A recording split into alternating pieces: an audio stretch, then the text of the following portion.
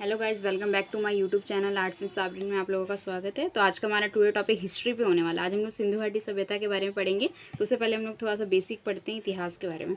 तो इतिहास क्या है? इतिहास एक विषय है जो भूतकाल के घटनाओं, व्यक्तियों और सभ्यताओं के बारे में अध्ययन कराता है। इतिहास से हमें पता चलता है जैसे कि गड़े हुए मुर्दे को उखाड़ना, एक तरीके से हम लोग बोल सकते हैं। जो पिछली बातें हैं, घटनाएं, व्यक्ति और सभ्यताओं के बारे में जो हमें अध्ययन कराता है उसी को हम लोग क्या कहते हैं? इतिहास। इतिहास को ना 3 काल में विभाजित किया गया। इतिहास के 3 काल हैं। एक होता है प्राक इतिहास काल, और एक होता है प्राक इतिहास, एक होता है आदि इतिहास काल, और एक होता है इतिहास काल। ठीक है, तो आज हम लोग देखेंगे कि एक एक करके कौन कौन सा इतिहास काल में बांटा गया। तो प्राक इतिहास क्या है? जिस काल में मनुष्य ने घटनाओं का कोई लिखित विवरण उद्धृत नहीं किया उसे प्राक इतिहास काल कहते हैं। अब प्राक इतिहास काल हम लोग किसे कहेंगे?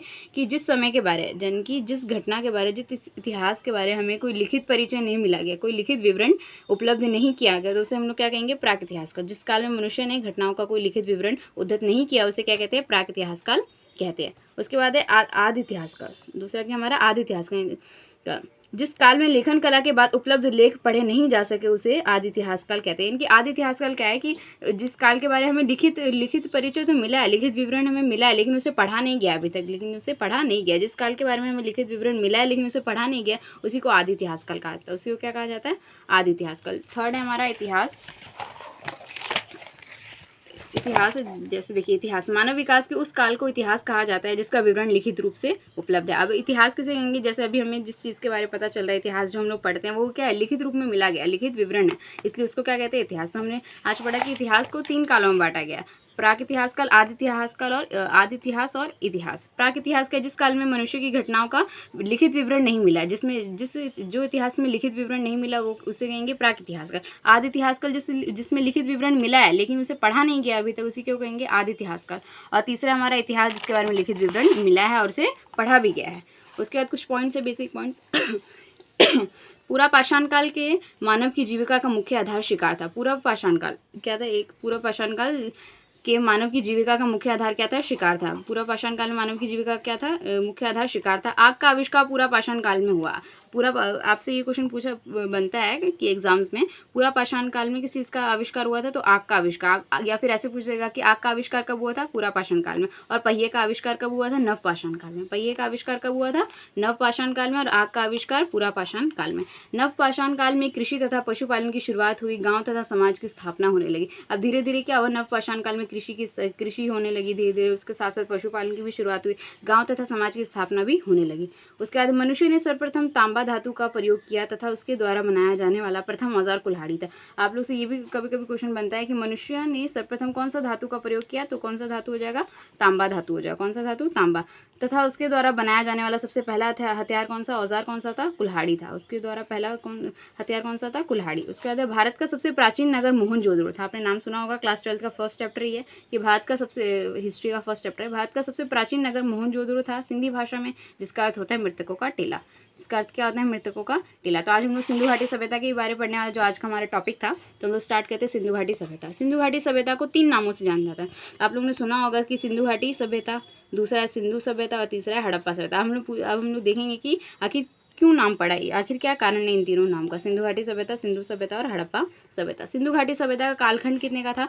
तो सिंधु घाटी सभ्यता का कालखंड 2600 ईसा पूर्व से 1900 ईसा पूर्व। अभी ये कोई इसका ना कोई फिक्स नहीं है, अलग अलग किताबों में अलग अलग लिखा हुआ, किसी में कुछ लिखा हो, किसी में कुछ लिखा है, तो आपको आपके जो ऑप्शन में है आप उसे टिक कर सकते हैं। ठीक है। उसके बाद सिंधु घाटी सभ्यता का नामकरण।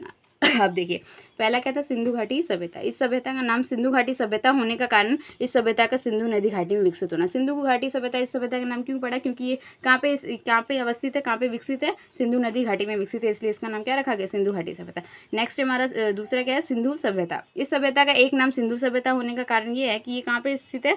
सिंध क्षेत्र में स्थित है, इसलिए इसे सिंधु सभ्यता भी कहा जाता है। पहला इसलिए रखा गया क्योंकि ये सिंधु घाटी नदी घाटी में विकसित हुआ है, इसलिए इसका नाम क्या रखा गया? सिंधु घाटी सभ्यता। दूसरा सिंधु सभ्यता इसलिए कहा क्योंकि ये सिंधु क्षेत्र में विकसित है। उसके बाद है हमारा हड़प्पा सभ्यता। इसे हम हड़प्पा सभ्यता के नाम से जानते हैं। इस सभ्यता का हड़प्पा सभ्यता भी कहा जाता है क्योंकि सबसे पहले हड़प्पा नामक जगह पर ही खुदाई की थी। और किसके द्वारा खुदाई की गई थी? दयाराम साहनी के द्वारा 1921 में। और वर्तमान में हड़प्पा कहाँ पे? ये आपसे पूछा जाता है कि वर्तमान में हड़प्पा कहाँ पे? तो वो पाकिस्तान में। कहाँ पे हड़प्पा? पाकिस्तान में।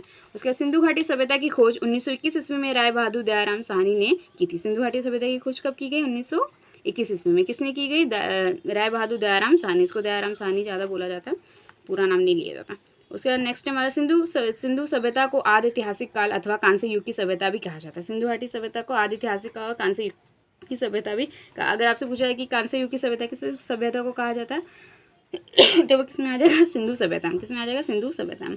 सर्जन मार्शल ने 1924 में सिंधु घाटी सभ्यता नामक एक नगरीय सभ्यता की घोषणा की थी। सबसे पहले सर्जन मार्शल नाम के एक व्यक्ति थे, उन्होंने क्या किया था, 1924 ईस्वी में सिंधु घाटी सभ्यता नामक एक नगरीय सभ्यता की सिर्फ घोषणा की थी। उसके बाद सिंधु सभ्यता के सर्वाधिक पश्चिमी पूरा स्थल दाश्क नदी के किनारे स्थित है। सिंधु घाटी के पश्चिमी साइड में क्या है, दाश्क नदी के किनारे स्थित सूतकांगेडोर है, और पूर्वी स्थल हिंडन नदी के किनारे आलमगीरपुर, उत्तरी पूरा स्थल चिनाब नदी के तट पर अखनूर के निकट मांदा व दक्षिणी पूरा स्थल गोदावरी नदी के तट पर दाइमाबाद है। यानी कि पश्चिम साइड में क्या है, दाश्क नदी के किनारे से सूतकांगेडोर है, पूर्वी स्थल हिंडन नदी के किनारे कौन है, आलमगीरपुर, उत्तरी पूरा स्थल चिनाब नदी के किनारे पर अखनूर के निकट मांदा व दक्षिणी पूरा स्थल गोदावरी नदी के तट पर दाइमाबाद स्थित है। ठीक है, मतलब इसके पश्चिम साइड में कौन सा स्थित है, पश्चिम, पूर्व, दक्षिण, उत्तर में कौन कौन सा स्थित है, बस वो बताया गया इसमें। ठीक है, ये इतना इंपॉर्टेंट नहीं है वैसे। उसके बाद सिंधु घाटी सभ्यता के 6 स्थल को बड़े नगर की संज्ञा दी गई है। सिंधु घाटी सभ्यता के जो 6 स्थल है उसको क्या बड़े नगर की सभ्यता दी गई। सबसे पहला कि सबसे बड़ा जगह कौन सा, मोहनजोदड़ो है। उसके बाद हड़प्पा,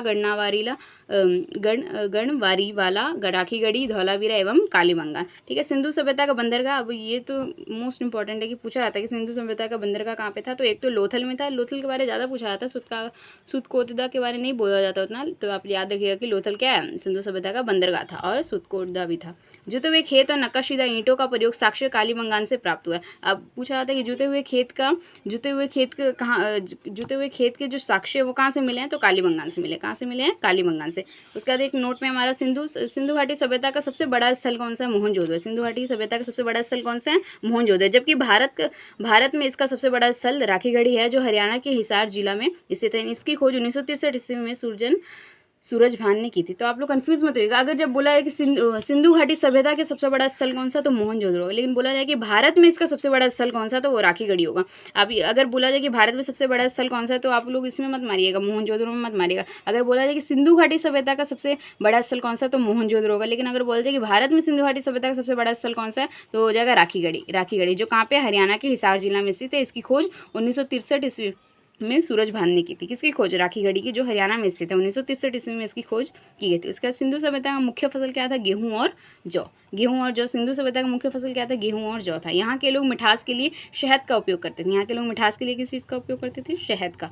मिट्टी से बने हल का साक्ष्य बनावली में मिला। ये क्वेश्चन भी पूछा गया क्लास 12 के का प्रीवियस क्वेश्चन निकाल के देखेंगे तो उसमें भी बहुत बार ये क्वेश्चन पूछा है कि मिट्टी से बने हल का साक्ष्य कहाँ से मिलता है, तो बनावली से मिलता है। कहाँ से मिलता है, बनावली से। बनावली एक जगह है, वहीं से मिलता है। उसके बाद चावल का प्रथम साक्ष्य लोथल से प्राप्त हुआ है। अब चावल का प्रथम साक्ष्य हमें कहाँ से मिला, लोथल से प्राप्त हुए थे। कुछ पॉइंट्स आप लोग याद रखिएगा कि कौन सी चीज़ के प्रमाण कहाँ से मिले हैं। मापतौल की इकाई, यानी कि जो नापतौल की जो ये थी बांटा जो होता है, मापतौल की इकाई संभव 16 के अनुपात का था, यानी कि 16 32 ऐसे अनुपात में मापतौल की अनुपात मिला गया, किसके, 16 के अनुपात में। सेंधावासी यानी कि जो सिंधु घाटी के जो लोग थे उसको सेंधावासी कहा जाता है। सेंधावासी के लोग यातायात के लिए 2 पहिए वाली एवं 4 पहिए वाली गाड़ी, बैलगाड़ी और भैंसा गाड़ी का उपयोग करते थे। कौन, सिंधु घाटी के जो सभ्यता के जो लोग थे वो किस यातायात के लिए, यानी कि परिवहन के लिए किस चीज़ का प्रयोग करते थे, 2 पहियों वाली एवं 4 पहियों वाली बैलगाड़ी या फिर भैंसा गाड़ी का उपयोग करते थे। अग्निकुंड लोथल एवं कालीबंगान से मिला। ये भी मोस्ट इंपॉर्टेंट, इसको VVI हम लोग लगा तो अग्निकुंड कहाँ से मिला, लोथल से और कालीबंगान से प्राप्त किया गया। कहाँ, क्या, अग्निकुंड। मोहनजोदड़ो से नर्तकी की एक कांस्य मूर्ति मिली। ये भी पूछा गया क्वेश्चन है कि नर्तकी की कांस्य मूर्ति कहाँ से मिली है, तो मोहनजोदड़ो से मिली है। कहाँ से मिली है, मोहनजोदड़ो से मिली है। यहाँ की मोहर आयताकार होती है। अब से ये भी पूछा जाएगा कि सिंधु सभ्यता की मोहरें किस प्रकार की होती, त्रिभुज होती थी या फिर किसी और प्रकार की, या फिर आयताकार होती थी। तो हम लोग किस में टिक मारेंगे, आयताकार में टिक मारेंगे। सिंधु सभ्यता की लिपि कौन सी थी, सिंधु सभ्यता की लिपि को अभी तक पढ़ने में सफलता प्राप्त नहीं हुई है, तो वहाँ की लिपि को भावचित्रात्मक लिपि कहा जाता है। वहाँ की लिपि को क्या कहा जाता है, भावचित्रात्मक लिपि। पिगट महोदय, एक महोदय थे हमारे पिगट महोदय ने हड़प्पा एवं मोहनजोदड़ो को विस्तृत साम्राज्य की जुड़वा राजधानी कहा है। पिगट महोदय, अब आपसे ये क्वेश्चन पूछा जाता है, कॉम्पिटेटिव एग्जाम में भी पूछा जाता है कि हड़प्पा एवं मोहनजोदड़ो को जुड़वा राजधानी किसने कहा, तो पिगट महोदय ने कहा। किसने कहा है, पिगट महोदय ने। उसके बाद है हमारा सिंधु सभ्यता में माता देवी की उपासना सर्वाधिक प्रचलित थी। सिंधु सभ्यता में सबसे ज्यादा किसको माना जाता था, माता देवी को माना जाता था। कहाँ पे, सिंधु सभ्यता में। स्त्री की मूर्तियां अधिक मिलने से ऐसा अनुमान लगाया जाता है कि सैंधव समाज माते सत्तात्मक। अब सिंधु घाटी सभ्यता में क्या हुआ, ज्यादातर स्त्री की मूर्तियां मिली है, नर्तकी करती हुई बहुत सारी स्त्री की मूर्तियां मिली है। तो क्या माना जाता है कि वहाँ का समाज क्या था, माते सत्तात्मक था, यानी कि वहाँ का जो मुख्य होता था वहाँ की माताएं शायद मुख्य होती थी, ऐसा अनुमान लगाया गया। सिंधु घाटी के लोग तलवार से परिचित नहीं थे, और ये ये पता किया है कि कहीं पे भी कोई भी पूरी सिंधु घाटी सभ्यता में कहीं पे भी तलवार का साक्ष्य प्राप्त नहीं हुआ है, तो इससे अनुमान लगाया गया कि तलवार के बारे में वहाँ के लोगों को नहीं मालूम नहीं था, परिचित नहीं थे वहाँ के लोग। कालीबंगान एकमात्र हड़प्पाकालीन स्थल था जिसका निचला स्थल भी किले से घिरा हुआ था। कालीबंगान का अर्थ काली चूड़ियाँ होता है। अब ये याद रखिएगा कि कालीबंगान का अर्थ क्या होता है, काली चूड़ियाँ। शवों को जलाने एवं गाड़ने यानी दोनों प्रथाएं प्रचलित थी। अब वहाँ पे क्या था, सिंधु घाटी सभ्यता में जो लोग अगर मर जाते थे यानी कि शव जो होते थे तो उनको क्या जलाते भी थे और कुछ लोग गाड़ते भी थे। तो हड़प्पा में शवों को दफनाने जबकि मोहनजोदड़ो में जलाने की प्रथा विद्यमान थी। यानी कि हड़प्पा, अब सिंधु घाटी सभ्यता में क्या था कि जहाँ पे हड़प्पा नामक जो शहर था वहाँ पे शवों को क्या किया जाता, दफनाया जाता था। वहाँ पे क्या किया जाता, दफनाया जाता था।